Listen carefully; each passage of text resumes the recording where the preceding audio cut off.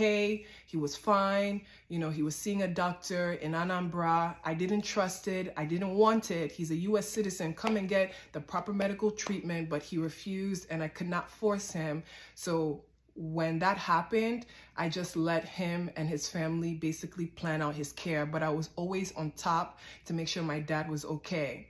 But after December 2020, basically I was noticing my dad's state of health decreasing, and I was constantly having issues with my aunt and my uncle in feeling like they were purposely making him stay in Nigeria rather than him come to America for proper medical treatment. So fast forward now back to the present time, I found it hard that a stroke-ridden man could now endure 9+ hours on the road from Anambra to Abuja. And then whether he went by plane, I don't know, but something was just telling me my dad did not go to Abuja, nor was he in Abuja.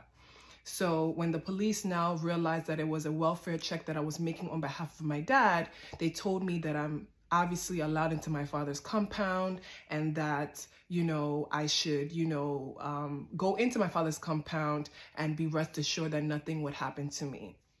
When I got into the compound, it was more yelling. Villagers were still asking questions. Why did my uncle and my aunt feel the need to verbally and physically assault me? And they began making more lies, but nobody was believing them. It was just kind of like, what is going on? And that's something that I want to share, that when you do wickedness, you actually have no common sense. Like the Holy Spirit, God cannot let you do something evil and think that you've literally checked off every single box. So the wickedness that my uncle and my auntie were trying to sow in the people, all you needed was common sense to realize that these two individuals were lying.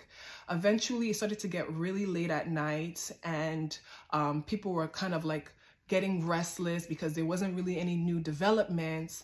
And my uncle and my aunt now called my uncle Christopher, who's also a relative and the brother of my father, and he went on speaker to say, hey guys, I am in Abuja. Yes, Peter's in Abuja with me. I'm so sorry. I'm not home right now, or I would have given Peter the phone. Please, let's all come back tomorrow and I'll put Peter on the phone so that we can all talk because it's getting very late.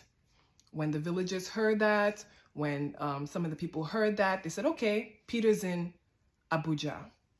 When I heard that, I looked around just so dazed and so confused, and an older woman looked at me and said,